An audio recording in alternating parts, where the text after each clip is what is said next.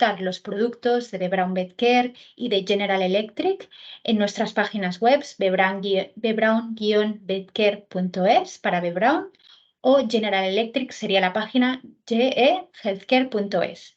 Os dejo anotados mi correo y el correo de Bea. Por si tenéis cualquier otra duda, nos podéis contactar.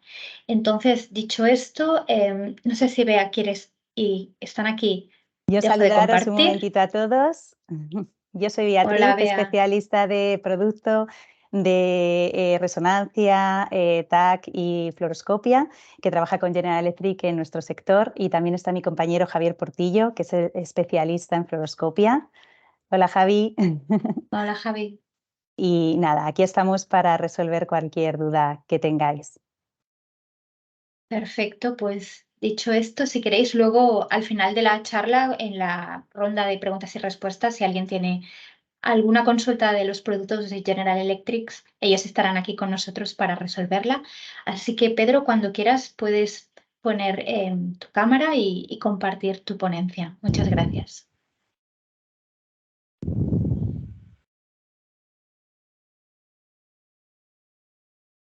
Pedro, está silenciado. Ahora, se te oye muy bien ahora. Sí, genial. Sí, me he puesto estas cosas tan anatómicas para que se escuchase un poco mejor.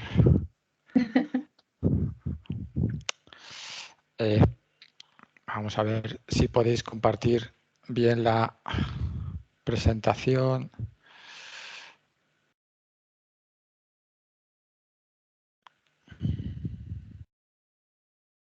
¿Estáis viendo ya mi pantalla, quizá? Todavía no. A ver, que esto va... A veces va un poco lento. Ahora sí, ahora faltará el PowerPoint. Sí, faltará proyectar. Perfecto. Sí, sí, correcto. Gracias. Bueno, me alegro que la tecnología nos esté ayudando en esta tarde de hoy, que siempre nos puede dar algún problema. Nada, daros las gracias a todos por estar aquí en esta convocatoria de este webinar. Dar las gracias sobre todo pues, a Braun y a General Electric por la confianza en nosotros. Y bueno, por así decirlo, hemos hecho una revisión de las cosas que fundamentalmente hacemos y que hay también dentro del catálogo de otras técnicas que a veces también el intervencionismo, el uso de fluoroscopios, etcétera, nos puede ayudar, ¿vale? No, al final veréis 3 o 4 casos, independientemente de temas de cardiología, así un poco puestos para que sepáis que es que hay muchísimas cosas que a día de hoy, gracias a pues, la evolución que ha habido en estos años con los materiales, la técnica, etcétera, y bueno, el aprendizaje, la formación continua, pues ha hecho que progresivamente, pues nosotros que empezamos esta técnica hace pues unos 12 años aproximadamente, se podría decir que fuimos un poco en su momento de los pioneros en España, pero afortunadamente, gracias a Dios, esto ha ido evolucionando mucho y hay mucha gente pues infinitamente mejor que nosotros. Esto pasa como con los rockeros, que los viejos rockeros nos tenemos que ir apartando para ir dejando paso a las nuevas generaciones que empujan muy fuerte y que afortunadamente pues nos van a dar muchas alegrías, ¿no? Nosotros en su momento valoramos qué cosas nos hacían falta para hacer el traslado de lo que es en humana la radiología intervencionista. Es una técnica que lleva muchos años utilizándose y que bueno, tiene, por así decirlo, ese enfoque que ahora se lleva tanto de moda como es las técnicas de mínima invasión, ¿no? La mínima invasión que, bueno, algunos artículos o traducciones en inglés lo llaman como la cirugía del hueco de la cerradura, pues más o menos lo mismo. Vamos a intentar utilizar, en nuestro caso, los abordajes vasculares para poder hacer cosas que de otra forma pues tendrían que ser cirugía tradicional, ¿no? Y aquí un poco tendremos que empezar a elegir entre ya plantearnos cosas o abordajes o situaciones en las cuales tenemos tanto el tema de mínima invasión como la cirugía convencional o tradicional. ¿vale? Entonces, bueno, siempre he creído que el ir apostando por la mínima invasión es algo beneficioso para los pacientes. Y por eso, como os decía, nos hemos dedicado desde hace tiempo pues, a intentar pues, progresar y hacer cosas bueno, aparentemente nuevas, pero que en otros sitios ya se estaban haciendo e irlas poniendo un poco en marcha aquí, ¿no? Uno de los problemas, entre comillas, si queréis, a la hora de meternos en estas técnicas es el material. Nosotros tenemos la suerte de que contamos con un arco desde hace muchos años. Tenemos un General Electric, un OEC General Electric con muy buenos resultados. Nuestro equipo de Cocardio, que bueno, lleva unos años, pero yo creo que también la experiencia es un grado incluso para los equipos, pues funciona muy bien. Y esto además nos permite utilizar sondas bueno, diferentes, como son las sondas transesofágicas, que en algún caso nos va a hacer falta, ¿no? Y por así decirlo, cuando planteábamos un poco esta sesión, era un poco saber qué podemos hacer en este 2023, ¿no? Y bueno, las cosas nos van a llegar mucho más dentro de poco, puesto que ya hay equipos en España trabajando con técnicas muy novedosas, no somos nosotros, pero sí que hay gente pues apostando fuerte por hacer cosas que ya se hacen en otros países e implantarlas aquí en España, ¿no?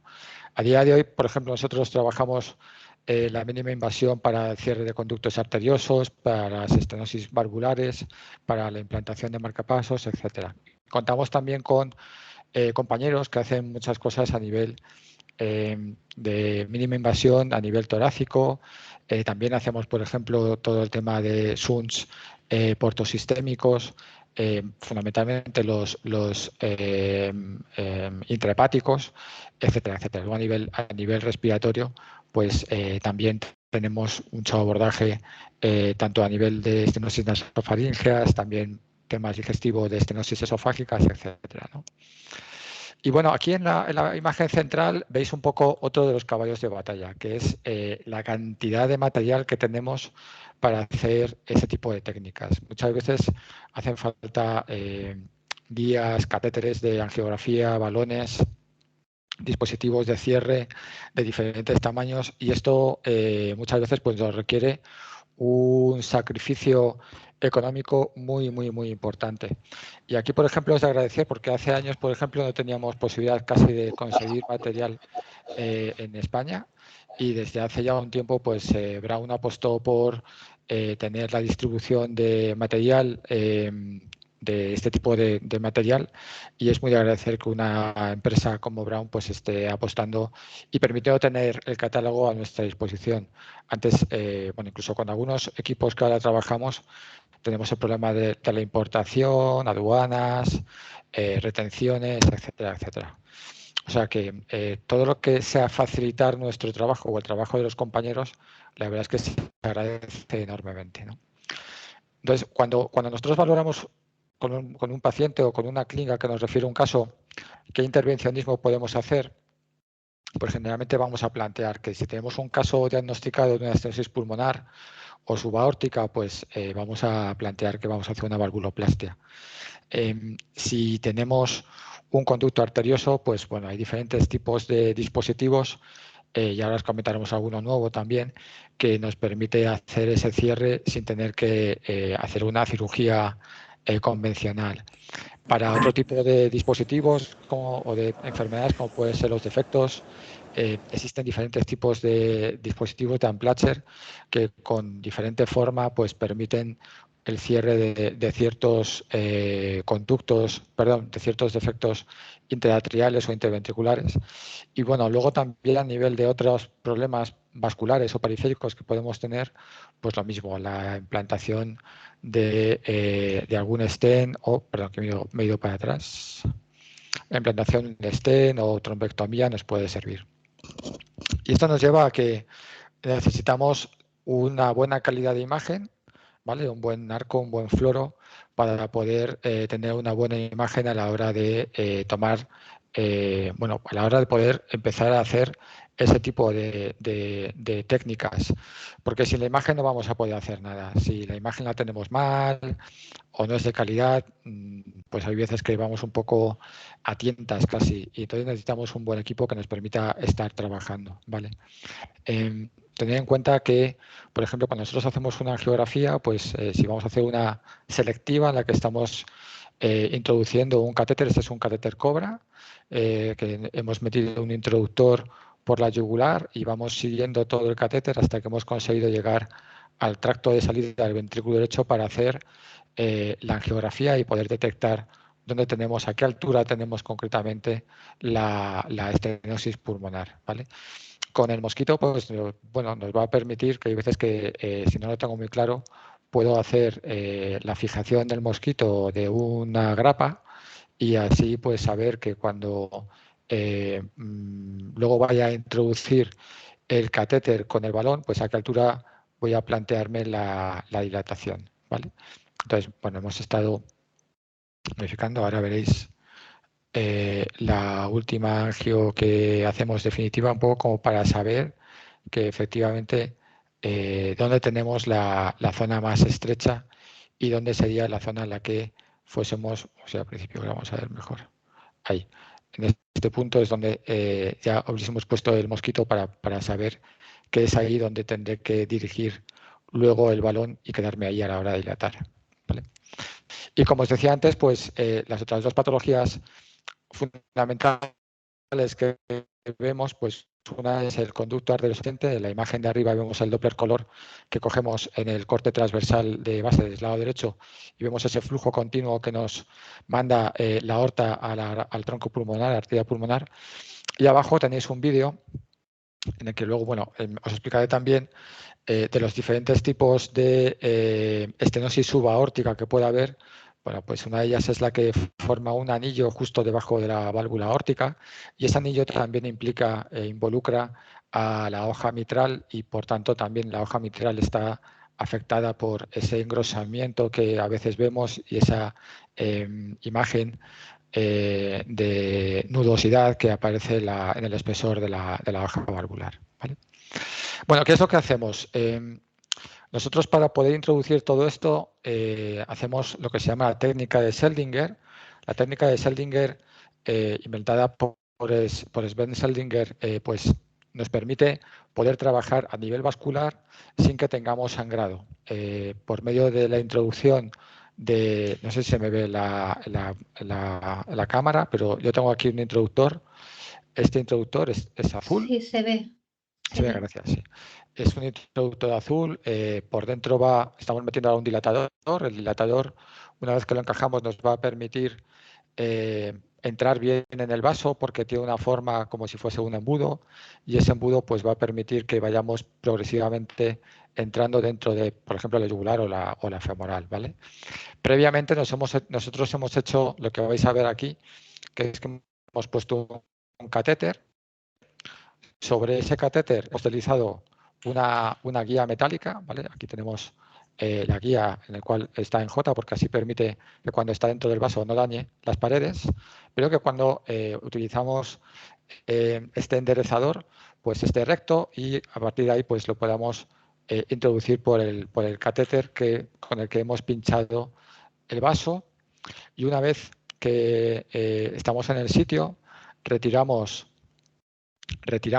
el catéter y ya con la guía lo que hacemos es deslizar todo el introductor por la guía de tal forma que ya el catéter con el que pinchamos lo hemos sacado, solamente estaba la guía y la guía, como su nombre dice, nos sirve para guiar el introductor dentro del vaso y primero, lo que os decía, va el dilatador nos va a permitir entrar en el vaso y una vez que estamos bien situados, vamos a retirar tanto la guía como el dilatador, con lo cual esto queda fuera, y el introductor se queda a nivel de la yugular, por ejemplo, y tiene una válvula de tal forma que no va a haber sangrado, es decir, la válvula nos impide el sangrado, tenemos una llave externa en la cual nosotros podemos extraer sangre o introducir pues suero o contraste o lo que sea necesario ¿vale? Una llave de 2 pasos, de 3 pasos, y entonces nos va a permitir poder trabajar sobre ella, ¿vale? Sin que tengamos ningún tipo de sangrado ni nada. Después utilizaremos diferentes guías y todo esto vamos a estar catalogándolo, por así decirlo, las mediciones o los diámetros en función de esta escala de French que os pongo aquí, ¿vale? Cuando nosotros vamos a trabajar, por ejemplo, si yo tengo un catéter de balón que tiene que trabajar con un 9 French, no puedo utilizar un introductor que sea inferior a esos 9 French. Tengo que utilizar uno igual o superior, porque si no, no cabría, ¿vale? Tenemos que tener en cuenta qué material vamos a utilizar para poder estar pues, bueno, pendientes de que no tengamos ningún tipo de error y que pongamos un introductor más pequeño de lo que el catéter nos fuese a hacer falta, ¿vale? Entonces, bueno, hay diferentes tipos luego hablaremos de ellos, de diferentes tipos de material, de guías, etcétera, y de estas cosas pues vamos a ir eligiendo. Brown, por ejemplo, tiene en su catálogo tiene diferentes tipos de introductores con diferentes tamaños y que pues bueno, nos van a servir perfectamente para nuestro trabajo día a día, ¿no? Y en muchos sitios vais a ver, por ejemplo, en humanas es muy frecuente que lo hagan todo a nivel percutáneo. Sin embargo, nosotros, por ejemplo, preferimos hacer lo que se llama la técnica cut down, en la cual pues accedemos al vaso, disecamos el vaso, lo aislamos con dos suturas de seguridad y a partir de ahí vamos trabajando. Entonces, por ejemplo, bien sea porque vayamos a trabajar en yugular o bien sea porque vayamos a trabajar en femoral, pues hacemos esta técnica, aislamos el vaso, lo disecamos y luego, pues una vez que hemos terminado de trabajar con él, pues lo reparamos. Porque hay veces que, por ejemplo, pues este que es un introductor de 12 French, pues tiene un agujero bastante importante y eso, por ejemplo, a nivel de yugular la suturamos, hacemos una sutura microvascular con 5 o 6 ceros, ¿no? Aquí veis la imagen, hemos abierto, esta es una femoral para hacer un conducto arterioso y en el que hemos aislado el vaso con una sutura anterior y posterior y a partir de ahí pues vamos a tener seguridad a la hora de pinchar, a la hora de que no tengamos problema y poder luego trabajar con ese vaso, ¿vale? Pues bueno, entrando un poco en las diferentes técnicas, por ejemplo, una de las patologías que más hacemos y llevaremos, no sé, ya los cientos de casos que llevamos cerrados de conducto arterioso persistente. Y esto además es una cosa que, como os voy a mostrar ahora, pues sigue evolucionando, porque, bueno, de siempre hemos tenido como un tamaño límite para operar, por así decirlo, el diagnóstico pues, nos viene a través de la clínica, a través de la ecocardio que se ha realizado y bueno, tenemos que explicar a los propietarios que es un defecto que viene porque no se ha cerrado correctamente el conducto arterioso en su momento, queda permeable y eso hace que tengamos un paso de sangre de izquierda a derecha de la aorta troncopulmonar y que esa persistencia genera una sobrecarga de volumen crónica que hace que con el tiempo el perro entre en fallo, el animal entre en fallo cardíaco, ¿vale? Ojo porque los que operamos o los que intervenimos son los que son puramente izquierda-derecha. Cuando son derecha-izquierda no los podemos intervenir o a veces podemos trabajar en ellos si es muy reciente el problema de inversión de los flujos, el problema de Eisenberg, el cual va cambiando progresivamente y al aumentarse la presión dentro del circuito pulmonar, pues el flujo del conducto se invierte y se convierte en un derecha-izquierda. O tenemos algo de respuesta con por ejemplo, sildenafil o etcétera, o generalmente no los metemos porque el riesgo de muerte es muy alto. Y aquí sí que, por ejemplo, el intervencionismo es, o de los casos publicados o de los que hemos tenido nosotros, es superior a la cirugía porque en el intervencionismo nosotros estamos o somos capaces de revertir ese cierre si no estamos bien o si vemos que el animal está empeorando, ¿vale? Con lo cual, ahí es la ventaja de cuando se hace una cirugía que quitar un nudo de seda pues es mucho más complicado, ¿no? Bueno, no me enrollo más, que yo me enrollo mucho. Muchas veces ya nos vienen los casos con las ecosechas, en la que ya vemos una sobrecarga de volumen, dilatación de ventrículo izquierdo, aurícula izquierda. Muchas veces tenemos insuficiencia de válvula mitral. Las imágenes que nos sirven para confirmar pues suelen ser estos de cortes en los que vemos el conducto arterioso en el corte de base en la zona del tronco pulmonar.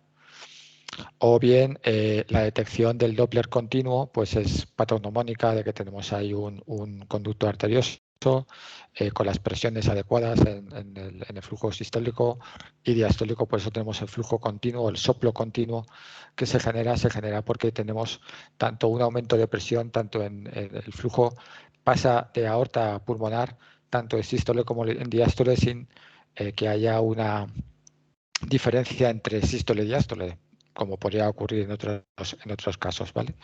Entonces, aquí, por ejemplo, estamos haciendo un abordaje desde el lado izquierdo, apical izquierdo, para ver bien toda la longitud del conducto y con el color y combinado con el color, lo que se llama la imagen simultánea en este ecógrafo, podemos comparar la imagen en 2D, perdón, en blanco y negro, con la imagen en color y ver un poco, pues tomar medidas, cuál es la medida de la ampolla, cuál es la medida total del conducto, cuál es la medida longitudinal del conducto, etcétera, etcétera, ¿vale? Conforme a esto, pues elegiremos el material. Como os pongo aquí, pues ahí hace tiempo se empezó con diferentes tipos de dispositivos, como son estos de aquí, que son los coils.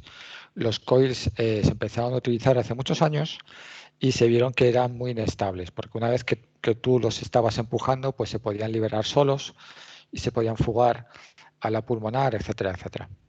Conforme pasó el tiempo, se fueron desarrollando otros dispositivos, como el conducto, el ACTO, que es el Unplatzer Canine Ductal Occluder, que bueno, pues hay diferentes tamaños, desde 3 hasta 14 milímetros, y que generalmente pues hemos tenido perros incluso operados con 1,8 kilos de peso.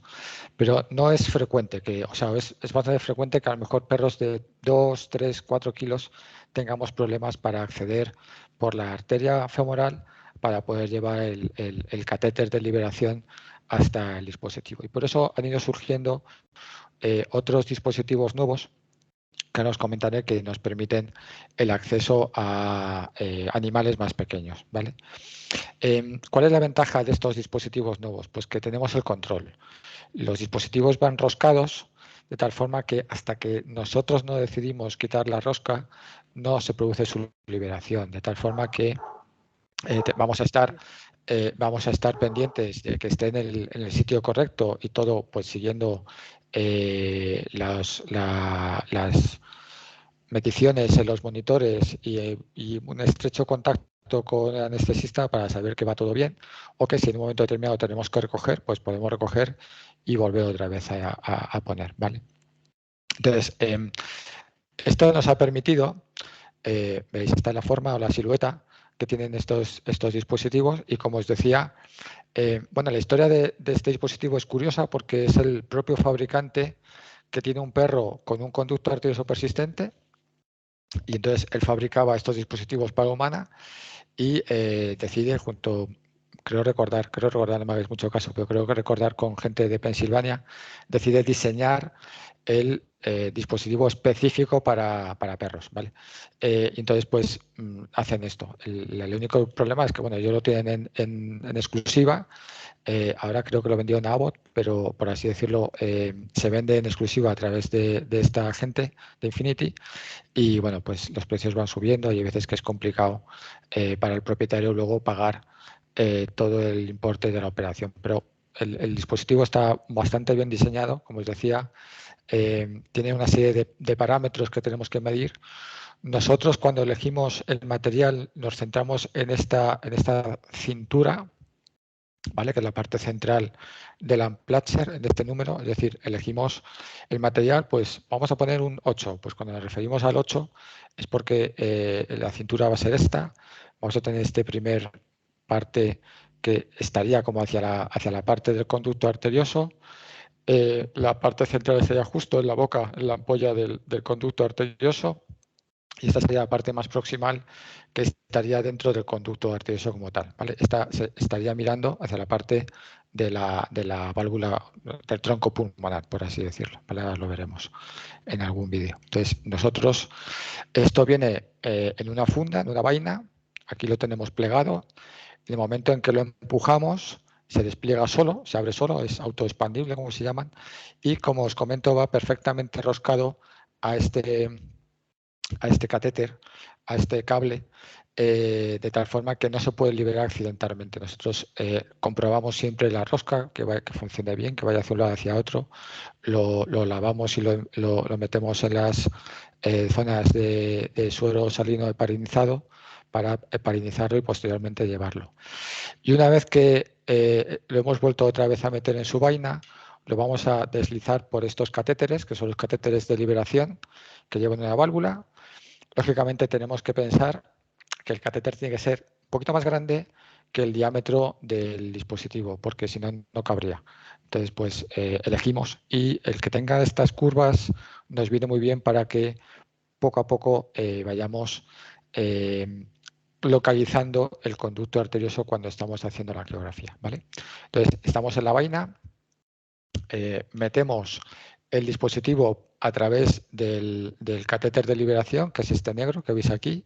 Este es un catéter largo, yo estoy por aquí ya trabajando, y una vez que estamos, pues lo vamos llevando poco a poco hasta la zona del conducto arterioso. Uy, perdón, que se me ha escapado.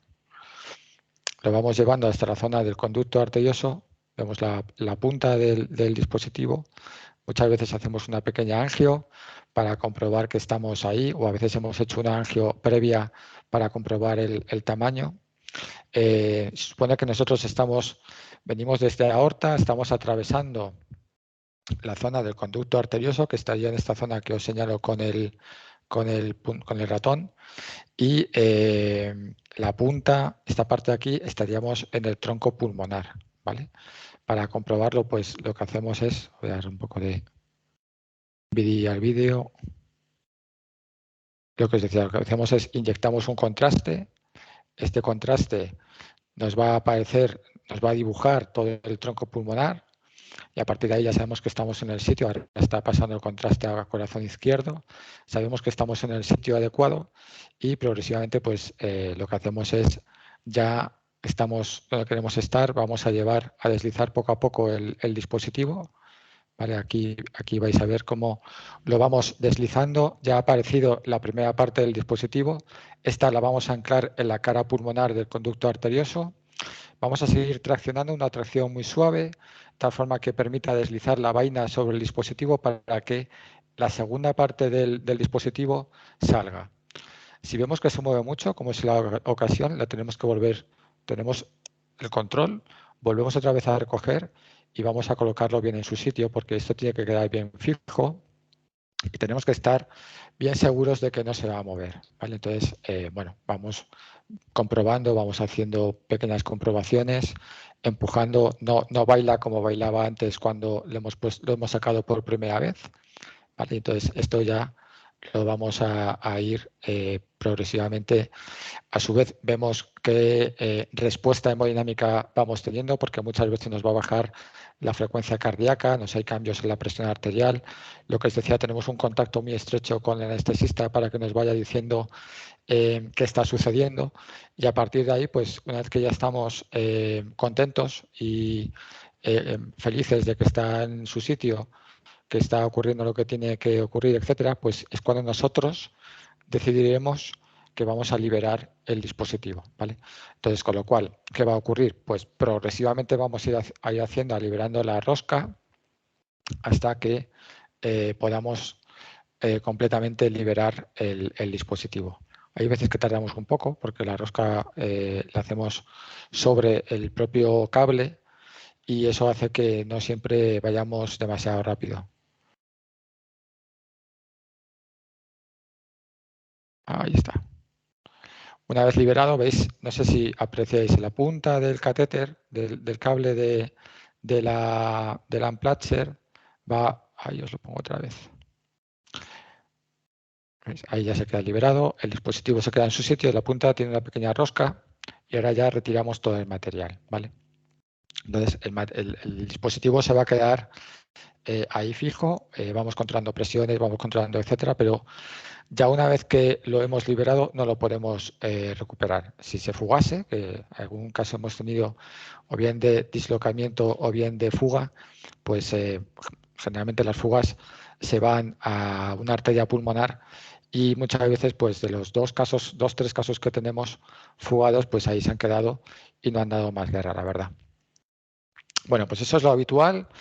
Si utilizamos la eco transesofágica, que también nos sirve mucho en algunos conductos que son un poco más complicados, o bien en algunas otras patologías, pues vamos a ver cómo esos dos discos nos permiten saber que estamos en el sitio.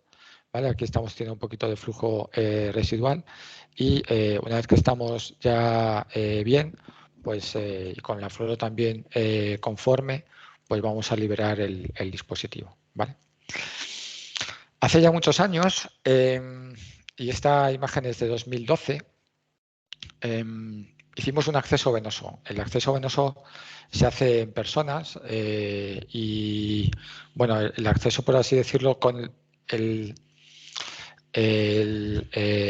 diseño que tiene el dispositivo ACDO, pues el acceso arterial es el más adecuado, mientras que si lo haces a nivel venoso, pues está como puesto al revés, por así decirlo. Pero tuvimos varios casos, 4 casos en concreto, en lo que no podíamos tener buen acceso a nivel femoral y los hicimos a nivel por la vena yugular. O sea, en este tema pues fuimos relativamente un poco pioneros.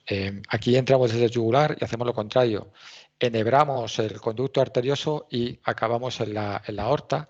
Y una vez que estamos ahí, pues vamos llevando el dispositivo para que vaya anclándose a la zona en la que queremos. Vale, aquí. La zona en la que hemos marcado como la zona del conducto. ¿Vale? Aquí ya lo hemos liberado y vamos a hacer una pequeña angio en la que vemos que no hay paso de contraste. Esto estaba muy bien, pero resultaba que, por así decirlo, el dispositivo, el ACDO, no está diseñado para esta disposición y de hecho lo que nos pasaba es que si yo entro por vía arterial lo veo así, pero si entro por vía venosa lo veo así, lo veo al revés. ¿Y qué ocurre aquí? Pues es mucho más inestable que cuando viene por vía arterial. ¿Vale? Por eso nos han hecho muchos más. De hecho, nosotros tuvimos otro caso que se dislocó y al final tuvimos que cerrar por vía cirugía torácica, etcétera. O sea que por así decirlo, el dispositivo tenía una forma porque estaba diseñado para ponerse de esa forma. Pero es verdad que el acceso yugular tiene sentido porque muchas veces la arteria femoral es más pequeña, muchas veces que sobre todo en animales pequeños, que los catéteres de liberación, que las arterias tienen un componente muscular reactivo y que nos ha pasado unas cuantas veces que hemos intentado acceder por vía arterial, por vía arteria femoral y se ha colapsado y no ha habido forma de reanimar, por así decirlo, esa arteria y que entonces, pues, sobre todo en animales pequeños, de menos de 2 kilos, pues tenemos mucho mejor acceso por vía yugular que por vía arteria femoral. Y esto, bueno, ya en el 2022 se publicó este artículo. Fijaos, nosotros ya habíamos hecho una cosa en el 2012 que no publicaba ni nada porque pensábamos que estábamos haciendo alguna cosa bárbara, bárbara de barbaridad, no de cosa maravillosa. Y resulta que no, que tenía su aquel y que otra gente pues que lo ha seguido investigando y investigándolo bien, pues empezaron a utilizar otros dispositivos diferentes al ACDO, como es el Vascular Plug, el Implanted Vascular Plug 2, que sí se puede utilizar o sí que nos da mucha estabilidad a la hora de poder hacer el acceso a nivel yugular, ¿vale? ¿Cómo es este dispositivo? Pues este dispositivo tiene esta forma. Lo mismo, lo deslizamos, voy a quitar el sonido, lo deslizamos sobre la vaina y sale primero una parte del dispositivo, una zona central y una tercera parte, ¿vale? Y entonces también va a estar roscado, lo vamos a poder recoger, con lo cual también la seguridad que tenemos a la hora de trabajar es muy alta. Tenemos que vamos a poder trabajar con catéteres de 4 French, que son unos catéteres de liberación pues con un diámetro muy pequeño que nos permite trabajar en animales de muy poco peso, con yugulares de estas características. Y también, afortunadamente, pues tenemos, la verdad que en nuestro país, gente que empuja muchísimo, que trabaja fenomenal, como es el equipo de Alexis Santana, allí en Anicura Albea, y que de hecho este fin de semana han presentado este dispositivo, que además lo va a comercializar Brown, un dispositivo diseñado para ponerse por vía vascular, por vía yugular, y que pues bueno, tiene esta forma, es como si fuese un coil con forma de cono, en el que tiene pues la presión que se genera es suficientemente buena como para que no pueda fugarse, pero sobre todo está unido a ese cable de liberación de tal forma que nosotros estamos controlando. Con lo cual, pues bueno, no tenemos nada más que buenas noticias y agradecimientos a toda la gente, todos estos compañeros que se dedican a trabajar y trabajar y trabajar y, como os decía, a seguir teniendo nuevas generaciones que van empujando y haciendo cosas nuevas para que nosotros nos podamos jubilar tranquilos, sabiendo que hay gente que se queda detrás tirando del carro, ¿no? Así que solo podemos aplaudir y decir ole y empezar a trabajar con este tipo de dispositivos. Con lo cual, bueno, el estudio que ellos presentaron en el ECBIN, aunque tenían más casos hechos, pero lo hicieron fundamentalmente, lo presentaron fundamentalmente sobre 5 casos y todos eran pues con un rango de peso bastante pequeño, ¿vale? Este es un caso propio. Este es un gato que hicimos que tenía un conducto, que tiene un conducto arterioso persistente y una estenosis subaórtica. Y la verdad es que hasta que no cerramos el conducto, pues la estenosis estaba desaforada, estaba bastante descontrolada. Y bueno, hicimos el abordaje por vía yugular con el Amplatz Plus Vascular 2 y conseguimos dejarlo bien en su sitio. Porque por vía femoral no podíamos acceder y era mucho más sencillo hacerlo por esta vía, ¿vale? Entonces, bueno, a día de hoy el gato está fenomenal. Como no tiene tanta sobrecarga, los valores de presión, etcétera, y con atenolol estamos controlando la estenosis subaórtica y gracias a Dios, pues es un caso de éxito que podemos decir en el que el dispositivo nos ha funcionado bastante bien. Al principio sí que tuvimos problemas porque teníamos mucho miedo al ser un gato de formación de trombos, pero ahora ya tiene una dosis muy bajita de clopidogrel. En las revisiones está yendo muy estable, con lo cual muy contentos de haber utilizado este dispositivo. Y bueno, pues gatos que no se ven tanto como perros, pues también se pueden utilizar, ¿vale? ¿Qué vamos a ver después? Por ejemplo, si hacemos una ecografía, pues ¿cómo vamos a ver el dispositivo? Pues lo vamos a ver, por ejemplo, si entramos desde el lado izquierdo, en esta imagen que os pongo aquí, se ve como una especie de cúpula de dos platos, que aquí abajo tendríamos el conducto arterioso, por encima tendríamos el tronco pulmonar, ¿vale? Entonces nos dice que está bien colocado y además nos permite hacer, el Doppler color nos permite hacer el seguimiento si tuviésemos flujos residuales, etcétera. Con lo cual es importante que vayamos haciendo este tipo de valoraciones.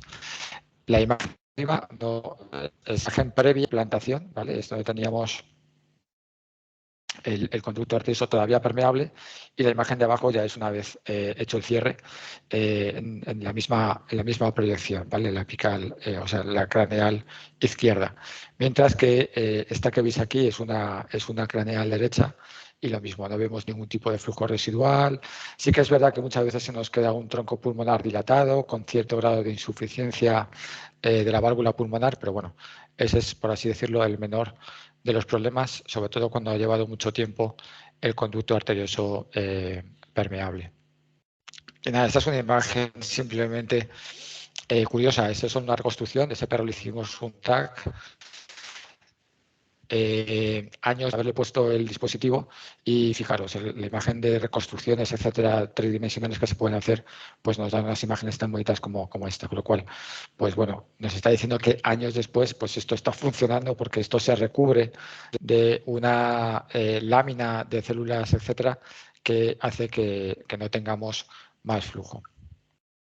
Y la alternativa pues es la cirugía convencional. Yo de esto no os voy a hablar mucho, pero vamos, básicamente que tengáis en cuenta que siempre tiene un poco más de riesgo, aunque pues también económicamente para los propietarios hoy en día muchos eligen esto porque los costes de, por ejemplo, del DACDO pues está cerca de los 1.200 euros solo el dispositivo, con lo cual luego suman nuestro trabajo, anestesia, etcétera, y ya nos vamos a cifras importantes. Bueno, la segunda patología que os voy a hablar es sobre la estenosis subaórtica. La más frecuente pues es a nivel subvalvular, que lo vemos con cierta frecuencia en ciertas razas, Boxer, Doberman, etcétera. Rottweiler, perdón, no Doberman, Rottweiler, y que en ocasiones pues requiere un abordaje intervencionista. ¿Cuándo operamos? Pues cuando tenemos un anillo subvalvular. Cuando son solamente nódulos es raro que sea tan grave como para que le dé síntomas al perro, pero cuando tenemos un grado severo, hemodinámicamente severo, por encima de 90, 120 milímetros de mercurio, con un anillo relativamente intenso o muy hiperecogénico, pero que solamente sea el anillo, pues todavía tenemos opciones. Si es tipo túnel, es decir, que afecta prácticamente a casi el tracto de salida y un poco de inicio de la válvula, pues la respuesta va a ser peor. Aquí os he puesto este artículo porque básicamente,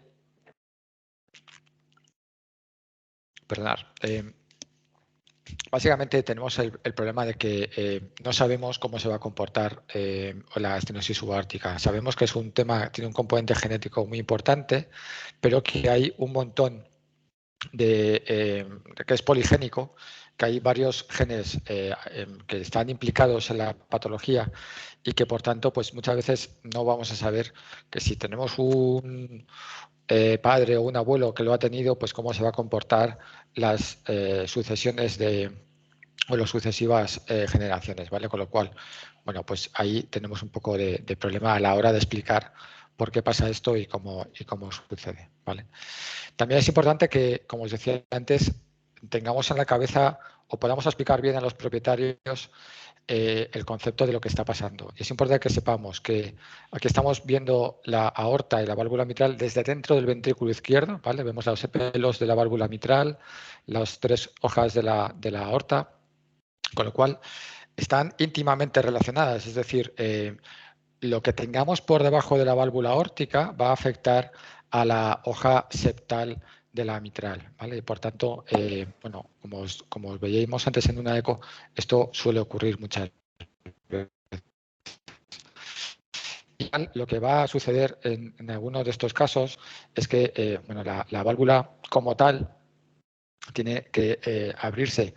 Son 3 hojas que están independientes, que tienen que abrirse completamente independientes. Y si tenemos algo por debajo que lo frunce un poco, ya va a hacer que a lo mejor la válvula no se abra de todo bien o tengamos algo de insuficiencia si tenemos una estenosis subvalvular, ¿vale? Por eso es importante también que tengáis estas imágenes en la cabeza para poder explicarlo. Esa es un poco la ecografía que os comentaba. Aquí tenemos el anillo que nos está afectando a un anillo subvalvular por debajo de la aorta que nos afecta también a la válvula mitral. Y bueno, lo que os decía, hay una serie de razas que están más afectadas y que en esas razas pues va a ser un poco cuando lo vamos a poder valorar, ¿no? En general, históricamente, por la valoración del gradiente máximo de presión, pues vamos a valorar que a partir de 80 pues ya tenemos una estenosis grave, ¿vale? Entonces, pues medimos con la ecocardio, vemos si podemos mejor todavía supuesto y valoramos qué síntomas tenemos. Históricamente también se vio que la valvuloplastia tradicional no solucionaba los problemas. ¿Y qué ocurrió? Pues también, como hablábamos antes de compañeros nuestros aquí del país que piensan y piensan y piensan en posibles opciones, el equipo de Mandy Kliman de Miami y de Nueva York, pues pensaron en otro tipo de abordaje como era el uso de cutting balloons, ¿vale? Un cutting balloon es un balón que se utiliza para vascular periférico en personas que lleva en su extremo unas microcuchillas y que esas microcuchillas cuando vamos a dilatar el balón, lo que va a ocurrir es que a ver, que lo vayamos a ver, es que esas microcuchillas quedan expuestas y por tanto al exponerse van a producir cierta erosión en las paredes de la zona en la que están erosionando y luego nos van a poder permitir trabajar, ¿vale? En este caso, pues es un vídeo un poco explicativo de lo que, por así decirlo, del objetivo que se tenía con este balón en humana a nivel vascular periférico y nosotros lo vamos a emplear a hacer esta opción de utilizar el balón con las microcuchillas ahí, con que esa exposición de las microcuchillas erosionen el anillo subvalvular, ¿vale? Y posteriormente introducir un balón de alta presión de tal forma que consigamos tener más eficiencia a la hora de liberar o mejorar el anillo subvalvular que produce la estenosis, ¿vale? Entonces, bueno, básicamente esto en vida real se traduce a que hemos entrado por la arteria femoral, llevamos un catéter máximo de 8 milímetros de diámetro máximo porque no los hay, hasta mi conocimiento, no los hay de mayor diámetro. Estos dos puntos más radiolúcidos son el inicio y el final del catéter del cutting balloon y cuando estamos estamos en el sitio en el que queremos, lo que hacemos es dilatar varias veces. En teoría te dicen, cuando utilices el cutting balloon, que no lesione la válvula aórtica. Pues imposible, porque el cutting balloon tiene una longitud y esto, pues cuando lo estás, como el diámetro del cutting no genera muchísima presión sobre la zona más estenótica, pues es posible que no estés lesionando el área donde se insertan las comisuras de la válvula aórtica, ¿vale? Esto lo hacemos varias veces, ¿vale? Con el objetivo de erosionar las paredes del anillo subvalvular y cuando ya hemos terminado de hacerlo varias veces, retiramos el material y metemos otro material que va sobre otra guía, porque esta guía es, creo recordar, una 0.14 o una 0.18 y esta es una guía 0.35 y entonces pues tenemos que meter otro balón.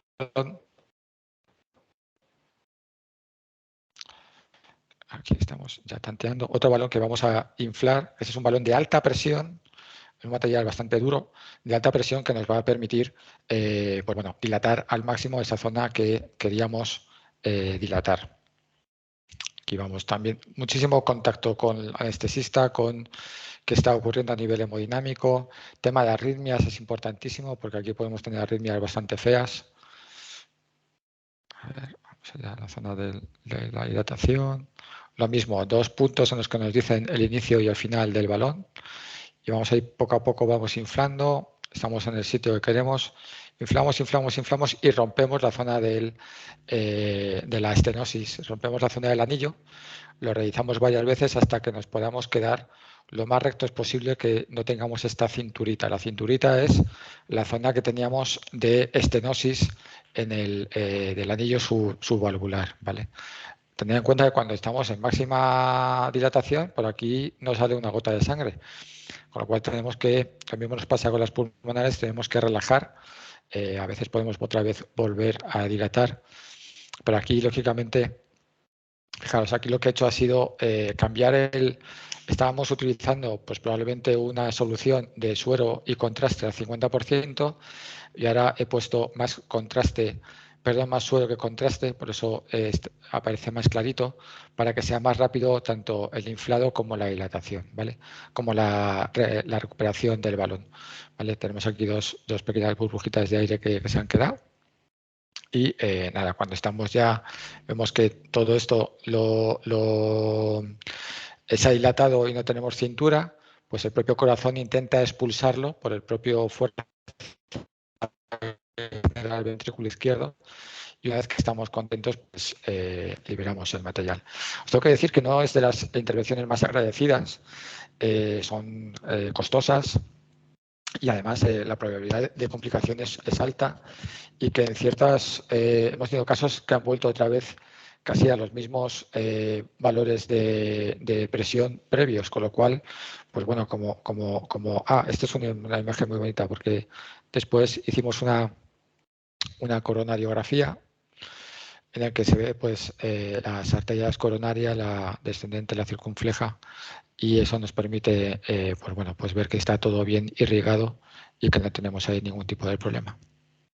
Bueno, pues como lo que os decía, este artículo pues básicamente resume también como nuestra experiencia, que es una técnica paliativa y es una técnica en la que pues bueno, el grado de mejoría aquí publican 6 casos y de los 6 casos, bueno, pues hubo mejoría prácticamente en todos ellos, pero en el momento de escribir el artículo pues 3 habían muerto de forma súbita, es decir, solamente uno permanecía vivo 44 meses después, ¿no? Con una media de, bueno, pues haber sobrevivido 24 meses. Esto a lo mejor se lo dices a un propietario y te dice, pues fenomenal y todo para adelante, porque a lo mejor tengo el perro con un montón de síncopes y no sé cuándo se va a morir, pero bueno, el riesgo probablemente lo tengas parecido, a lo mejor quizá un poquito menos, o mejore algo su calidad de vida, pero de forma un poco temporal. Y nosotros de los 2 casos que nos mejoraron bastante, uno murió al año por un tema de una pancreatitis y otro al cabo del tiempo volvió otra vez a recidivar sus valores, con lo cual, pues bueno, es una técnica que no hacemos tanta como, por ejemplo, la pulmonar, que sí que hacemos mucho más. Y a eso vamos, a la estenosis pulmonar. La estenosis pulmonar es, con diferencia, lo que más operamos, no sé, ya llevaremos cerca de 350 o así casos. Durante mucho tiempo hemos estado teniendo ciertos problemas en algunos casos, en algunos perros. ¿Por qué? Porque además hay candidatos que son muy buenos, que sabemos que van a ir muy bien, y otros que sabemos que van a ir menos bien, por así decirlo. Aquí la ventaja es que el componente fundamental de la estenosis es a nivel valvular, que son las que mejor van. Cuando tenemos un problema a nivel subvalvular, que es raro, o supra, pues ya el tema tiene peor pronóstico, ¿no? Y son las de tipo A las que son las mejores candidatas para operar, ¿vale? Clínicamente pues tienen su soplo, su patrón ecográfico muy característico de hipertrofia de derecho, etcétera, etcétera. Y esto es un poco para mostraros, porque lo que es el tracto de salida del ventrículo derecho bueno, no es un tracto limpio. ¿Veis ahí las trabéculas? Las trabéculas pues muchas veces nos van a dificultar poder llegar con los catéteres y con el material al sitio adecuado. Veis que son 3 hojas muy finas, más finas que la aórtica, y que además pues tienen que abrirse de forma independiente y que si están fusionadas entre sí o hay algo que hace que el anillo sea más estrecho, pues el paso de sangre hacia la circulación pulmonar pues esté dificultado, ¿vale? Entonces tenemos, como os decía, 2 tipos. Tenemos por una parte la que es la tipo A, que por así decirlo es el tipo de fusión en el que las hojas, el anillo está bien formado, pero las hojas están pegadas entre sí. Esta es la imagen, sobre todo para que os quede claro cómo es ese tipo de imagen, cómo poder luego explicárselo a los propietarios, porque literalmente es como que hay una membrana, como si fuese un pato, que une las hojas entre sí y hace que no se puedan separar cuando se abre, ¿vale? Estas son las que mejor van cuando hacemos la técnica de valvuloplastia. Las otras son las displásicas. Y la displasia lo que nos pasa es que El anillo muchas veces es más estrecho y la hoja no es tan fina, es más engrosada, mucho más irregular, responden mucho peor, aunque algo responden a la valvuloplastia, ¿vale? Y en algunos de estos casos, pues la valvuloplastia ni siquiera, o con el tiempo a lo mejor, pues volvemos otra vez a valores previos y tenemos que recurrir a otras técnicas, ¿vale? Entonces, aparte de la ecografía y la comparación entre aorta y pulmonar, nos sirve para saber si es un tipo A o un tipo B. Hay veces que tenemos tipos mixtos en el que, pues bueno, pues la valvuloplastia nos va a servir, pero a lo mejor no tan bien o con tanto éxito como si fuese únicamente una de tipo A, ¿vale? Bueno, lo que os decía, hacemos las ecos, nos van a servir para catalogar qué velocidades tenemos, cómo está la hipertrofia ventricular, tanto a nivel septal como a nivel de la pared libre. Fijaos, aquí tengo un caso con unas velocidades más altas que yo recuerdo, 7,7 metros por segundo, que equivale a 237 milímetros de mercurio, cuando lo normal es que estuviésemos por debajo de 20, ¿no? Entonces, pues esto cuando lo explicas bien, la gente lo entiende y decide un poco que sí, que va a hacer todo lo posible para intentar ayudar en estos casos. Aquí lo que os intento un poco mostrar es que dentro del catálogo de estenosis también podemos tener, dentro de los que se llaman tipo B, pues otras que se acompañan de otras anomalías, como son las anomalías coronarias, que estos son muy frecuentes, bueno, muy frecuentes no, pero son típicas de los bulldog inglés, ¿vale? Si tenéis un bulldog inglés con una estenosis pulmonar, hay que descartar que no tengamos una anomalía coronaria, que es que este es un gráfico muy antiguo que yo arrastro desde hace años porque me gusta mucho, pero que es básicamente que desde la hoja coronaria derecha nacen las dos coronarias y por tanto cuando dilatamos la válvula pulmonar podemos romper la coronaria y producirse la muerte del paciente, ¿vale? Y esto lo vemos ecográficamente porque debajo de la válvula, si seguís esta línea, es el vasito. Estamos un poquito periféricos, no estamos centrados. Es el vasito que corresponde con la coronaria, ¿vale? Con lo cual, hay veces que tenemos que recurrir a la ecoesofágica o hacer una coronariografía para verlo, pero otras veces con la eco, si tenemos un poco de suerte y un poco de maña, pues podemos ver, aquí estamos accediendo desde el lado izquierdo y podemos acceder a la visión que nos hace falta de la válvula pulmonar, ¿vale? Bueno,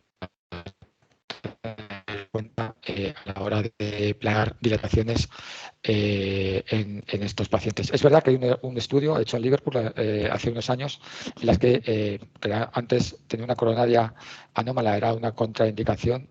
Hay un estudio en el que dice, bueno, pues esto se puede hacer, pero ajustando mucho el tamaño del balón, ¿vale? No forzando la válvula, no forzando la dilatación.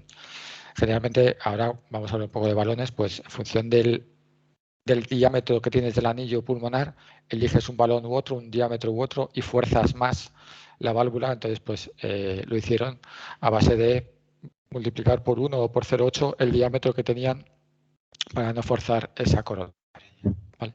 Y esta imagen de aquí abajo que os pongo es porque, a ver, si quito esto, es, perdón. Es porque aquí vemos dos curvas, ¿vale? Lo que se llama la estenosis fija, que es la que va más abajo, y la estenosis dinámica, que es la que tiene la forma como si fuese una daga, un triangulito, y que entonces pues nos da esa imagen. Bueno, simplemente para que tengáis en la cabeza el patrón de estenosis pulmonar dinámica, ¿vale? Este triangulito de aquí, como un poco más marcado, es la estenosis dinámica y la de fondo es la fija. Bueno, nosotros generalmente recomendamos la valvuloplastia pues, a partir de los 80 milímetros de mercurio. Siempre son pacientes a los que a lo mejor ya llevamos un tiempo con atenolol y que, bueno, pues a lo mejor no tienen demasiados síntomas o han tenido algún desmayo ocasional pues en el momento de mucha excitación o mucho estrés o mucho ejercicio, ¿no? Pero en general, pues bueno, hablamos con los propietarios, les decimos qué tipo de candidato es, si tenemos cosas asociadas o no, porque hay veces que nos podemos encontrar estenosis pulmonares asociadas también a defectos del septo interventricular, interatrial u otro tipo de patologías combinadas, ¿vale? Entonces, descartamos otro tipo de cosas y vemos qué abordaje hacer, ¿no? Cuando decidimos que vamos a meternos a hacer la valvuloplastia, vamos a elegir pues, qué material va a ser un poco el que nos va a servir, ¿vale? Entonces, vamos a elegir la longitud del catéter, la longitud del balón, el diámetro del balón. Generalmente sacamos el diámetro del anillo, perdón, y lo multiplicamos por 1,2 o por 1,5, incluso a veces un poco más. Si es un caso raro, a veces recurrimos a la eco transesofágica para valorar bien que no tengamos cosas raras como la coronaria anómala, etcétera. Hacemos habitualmente una prueba de burbujas para comprobar que no tengamos, sobre todo, problemas en el septo interatrial, que a veces no se ven bien, y como ahí generalmente vamos a tener mucha presión en el lado derecho, pues de haber paso de burbujas de derecha a izquierda, pues, o de tener más presión en el lado derecho a izquierdo, pues lo veríamos con esas burbujas, ¿vale? Cuando vamos a seleccionar, nosotros habitualmente tenemos un acceso yugular, pero también se puede acceder a través de la vena femoral. Cuando vamos a seleccionar el balón, aquí os pongo un balón y le hemos puesto un colorante a lo que estamos haciendo, al líquido que estoy poniendo dentro del balón. El balón lo metemos plegado, completamente plegado por el introductor que hemos dejado a nivel yugular, y cuando estamos en el sitio lo vamos a inflar, ¿vale? Aquí os he puesto este colorante porque si no, muchas veces con el suero solo queda un poco soso, y así por lo menos vemos que el balón se dilata, ¿vale? Los balones tienen, por una parte, el azul, este color azul clarito es la entrada del balón, mientras que el negro es por donde iría la guía que me está permitiendo mantener el balón en su sitio a la hora de hacer la dilatación, ¿vale? Lo mismo, aquí por ejemplo el catálogo de Brown también tiene diferentes tipos de balones con diferentes tipos de características que nos sirven. ¿En qué nos fijamos? Pues, por ejemplo, cuando estamos leyendo una etiqueta, pues nos fijamos en cuál va a ser el diámetro de ese balón, la longitud, el introductor que nos va a hacer falta para poder trabajar, y sobre todo la presión en la que puede estallar el balón, ¿vale? Esto es importante porque, sobre todo, si tenemos a lo mejor un perro de raza grande, por ejemplo, Staffos, que estamos viendo muchos desde hace unos años para acá, que nos cuesta a veces dilatarlos bien, pues es importante saber a qué presión puede ser que el balón estalle y, por tanto, pues elegir uno u otro. Este es un tipo de balón, el ZMET2, en el cual pues nos admite una... tenemos las características, aquí está, y tenemos que nos va a admitir una presión de rotura mayor que este otro. Entonces, pues es posible que elija el ZMET2 en lugar del ZMET o de otro, porque la presión que quiero generar cuando infle el balón pues sea mayor, ¿vale? Con lo cual tenerlo en cuenta a la hora de elegir. ¿Veis? Aquí estamos comparando un ZMET2 que tiene 7 frente a un ZMET que tiene 4, ¿vale? Con lo cual tenerlo en cuenta a la hora de elegir. Hacemos la angiografía, para eso utilizamos o bien unos pigtail o bien catéteres, como os decía, de cobra, que si estamos entrando desde yugular, nos ayudan con la forma que tienen a hacer el paso a través de tricúspide y orientarnos hacia el tracto de salida y sortear un poco esas trabéculas que os comentaba. Y aquí tenemos... es la misma, pero una va a una velocidad y otra a otra, ¿vale? Tened en cuenta que si disponéis de un equipo de sustracción o si podéis repetir imágenes para que se os queden o bien tener un vídeo en el que capturáis, un ordenador en el que capturáis estos vídeos, luego os va a permitir tener esas imágenes en la cabeza o verlas directamente y os van a ayudar mucho a elegir los sitios en los que os vais luego a situar a la hora de dilatar, ¿vale? Entonces, bueno, este es un balón convencional, por así decirlo. Tenemos el inicio y el final. Hemos entrado con un introductor, hemos hecho ya la geografía, hemos llevado una guía, clase de diferentes texturas hidrofílicas, teflonadas, con diferente fuerza para que aguante el paso, y sobre la guía vamos deslizando el balón hasta que llegamos al sitio donde queremos dilatar, ¿vale? Entonces vamos haciéndolo poco a poco. Ay, perdón, ¿qué me he pasado?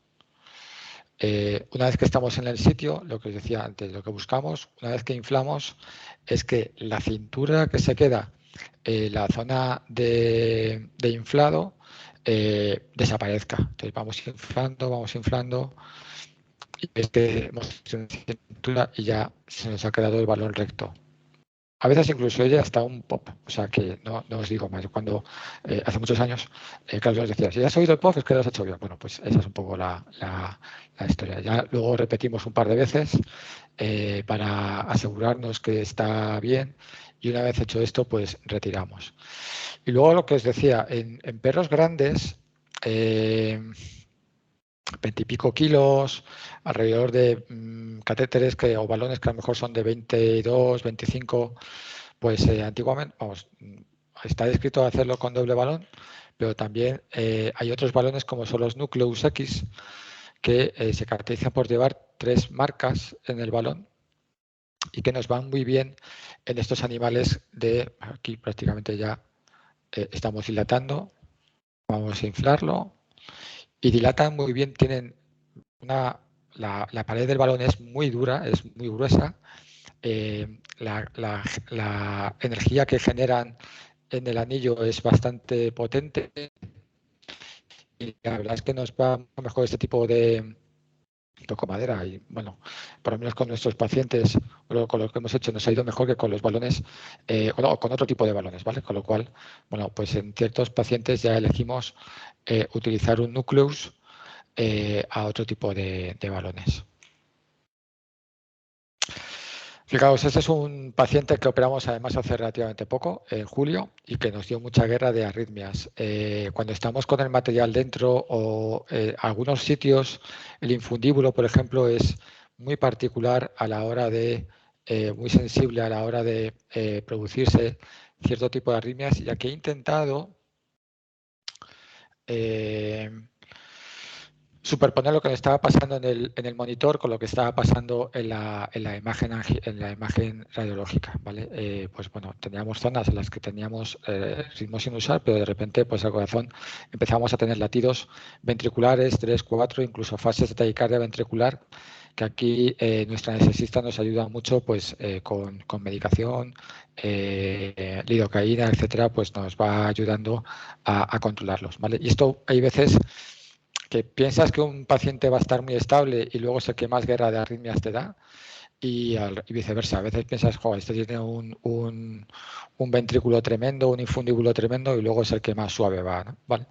Nosotros generalmente siempre los metemos antes, y esto es vamos un poco por tradición, que lleven antes un par de semanas con atenolol. Si pueden tomar atenolol incluso el mismo día, fenomenal.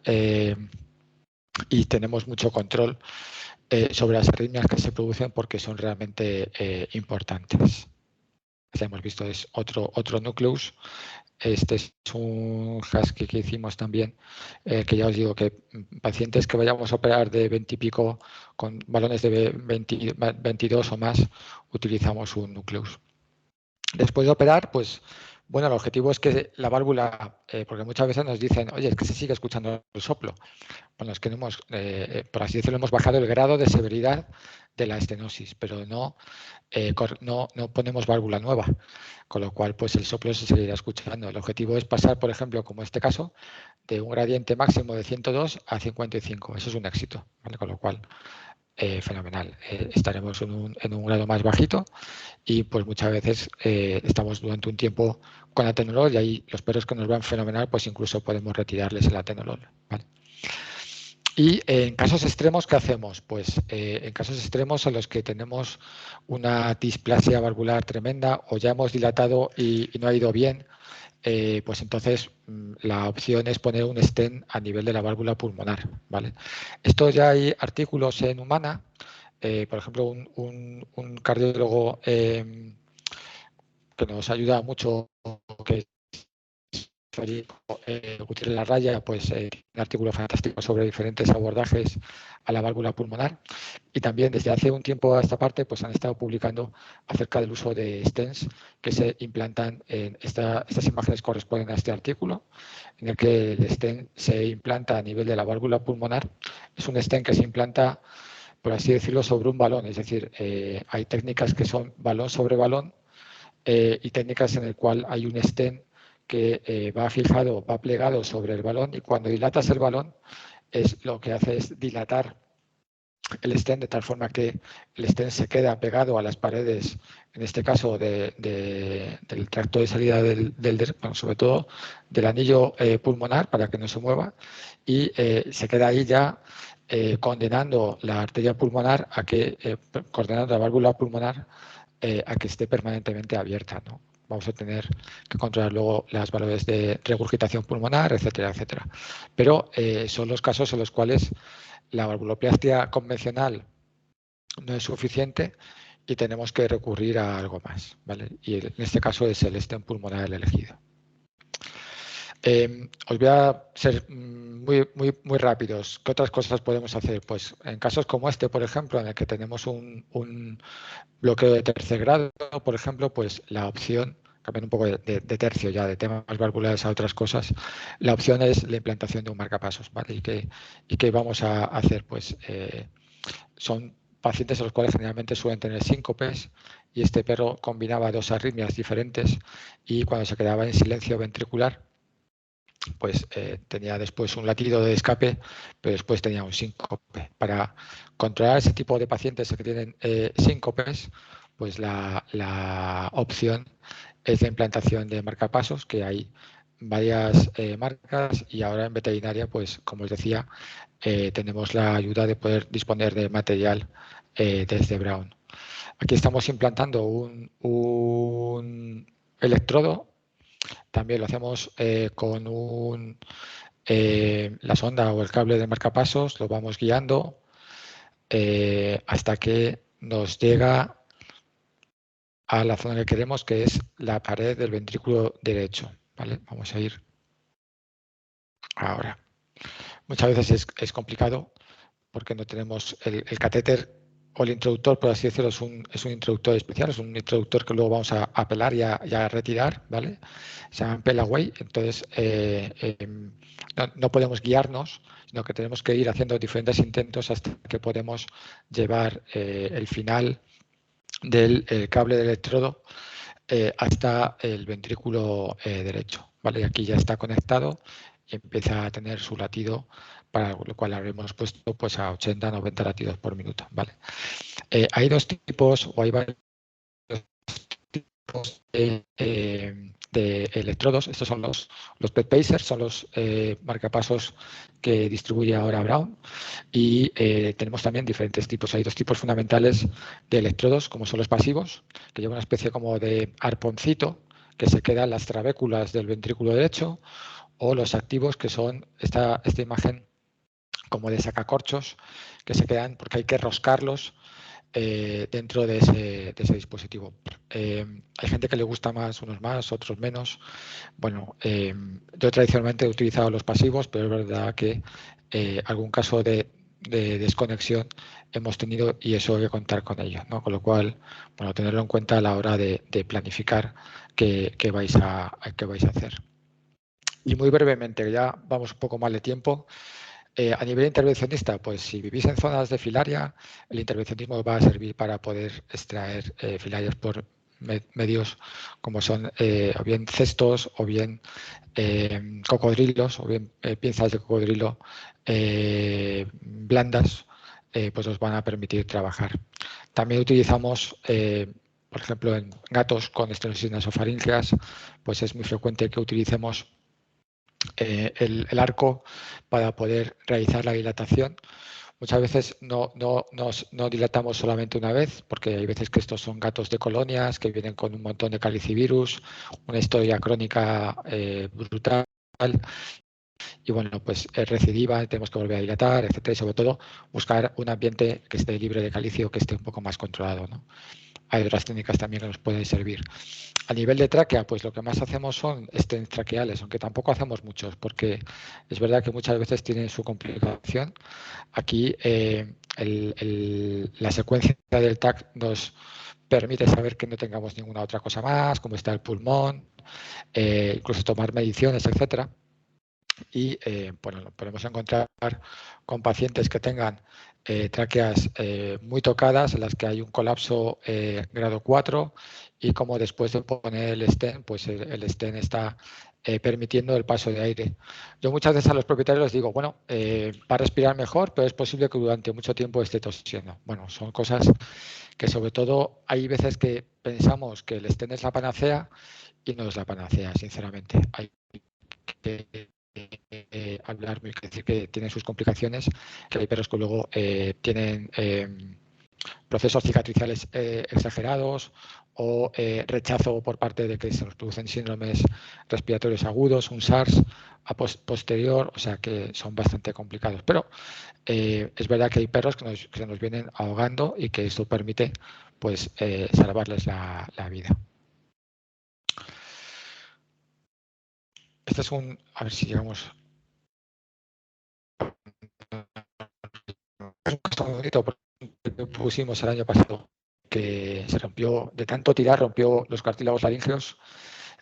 Nos lo remitieron porque, bueno, no estaba muy claro porque venía ahogándose.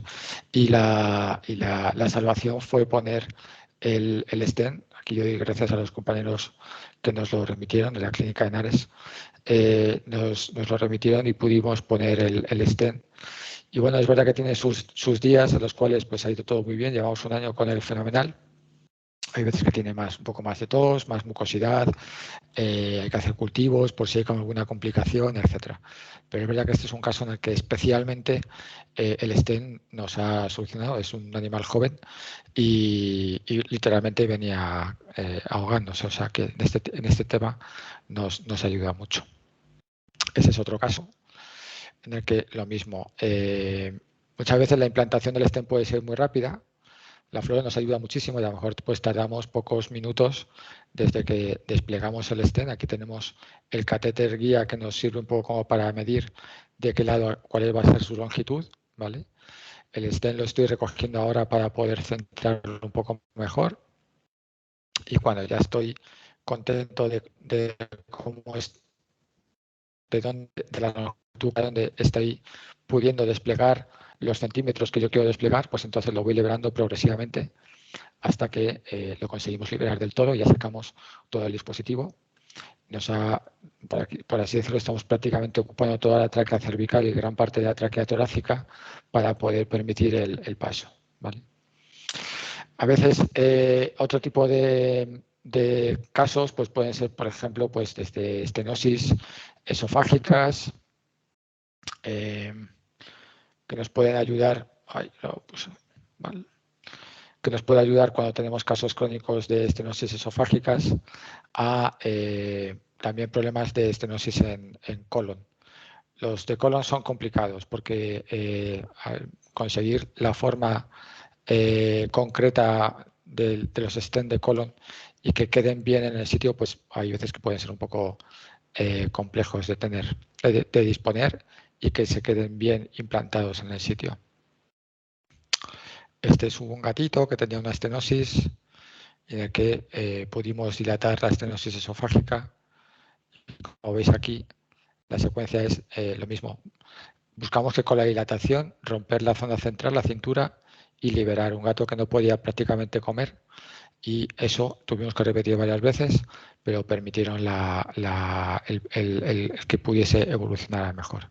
Y este es un Westie con una masa que el stent en el colon le permitió estar durante un tiempo razonablemente bien, nada más en el recto, pero que posteriormente pues terminó echándolo y tuvimos que recurrir a otras cosas, ¿vale?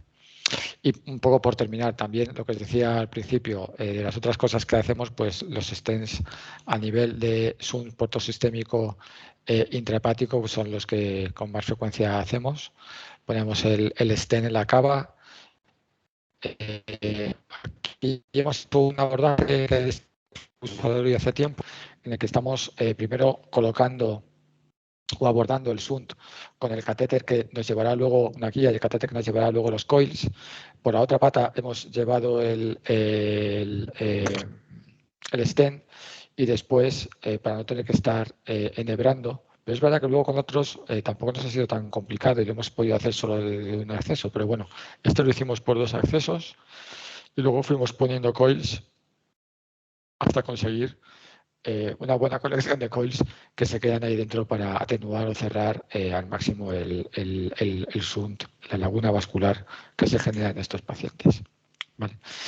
Pues ya un poco para despedirme y agradeceros vuestra paciencia y atención, que estaréis ahí ya casi a las 4, sí, menos 10.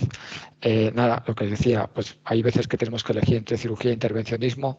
Si tenéis alguna de estas patologías, pues bueno, ya hay muchos sitios en España y fuera de España que hacen también ese tipo de técnicas, que son las ideales para las estenosis valvulares y conducto arterioso persistente y que también nos va a ayudar en los abordajes de mínima invasión a nivel torácico o para otras patologías respiratorias, como comentábamos, pues a nivel de estenosis nasofaríngeas, traqueales, etcétera. ¿Vale? Así que daros las gracias a todos vosotros, dar las gracias también a Braun por su apoyo y su ayuda, a General Electric también por el patrocinio de esta charla. Y bueno, no sé si conocéis esto, es Pirineos. Es bueno, la zona de Batisielles, en Benasque, donde espero retirarme dentro de poco y desde allí por teléfono podré seguir ayudando, pero ya en la distancia. Así que nada, mil gracias a todos y si queréis una ronda de preguntas, pues a vuestra disposición. Muchas gracias, Pedro. En el chat no aparece ninguna pregunta. Si alguien la quiere hacer, bueno, si queréis os damos un par de minutos si alguien quiere hacer alguna consulta. Que sepáis que lo vais a olvidar todo. Vamos a o sea, la grabación la vamos a subir a nuestra página web y vamos a reenviar, o sea que la pueden revisar y si les sale alguna consulta nos pueden Perfecto. escribir a nuestros correos y te la trasladamos a ti, si te parece correcto. Genial, genial, por mí. Yo solo unos segunditos para dar las gracias, si me permitís, especialmente a Pedro, porque bueno, es una suerte poder contar con él, con su extensa experiencia, con su extenso conocimiento. Muchísimas gracias por esta charla y también darle las gracias a B. Braun, que de verdad es un placer hacer equipo con Mireia, con Vanessa. Muchas gracias. Gracias a vosotros. Y bueno, y por supuesto, pues gracias a los asistentes, los que habéis estado en directo y los que veréis la grabación, que muchas veces por horarios y tal no es fácil. Así que muchas gracias a todos. También a mi compañero Javier Portillo y nada, que deciros de nuevo que estamos a vuestra disposición para todo lo que os podamos ayudar. Muchas gracias, Bea, y muchas gracias, Pedro y Javi, y todos los que habéis estado con nosotros. Podemos dar por concluida la sesión, si os parece, si no existe ninguna. Han dicho, Juan, que muchas gracias en el chat, que muy interesante. Han puesto. Gracias. Y si alguien, yo daría por concluida y cualquier duda que tengáis, os escribís y sin os la problema, resolvemos. me escribimos y estamos en contacto. Vale. Muchas gracias. A vosotras, Muchas gracias. vengáis. Buena tarde. Gracias, buenas tardes. Hasta luego. Chao.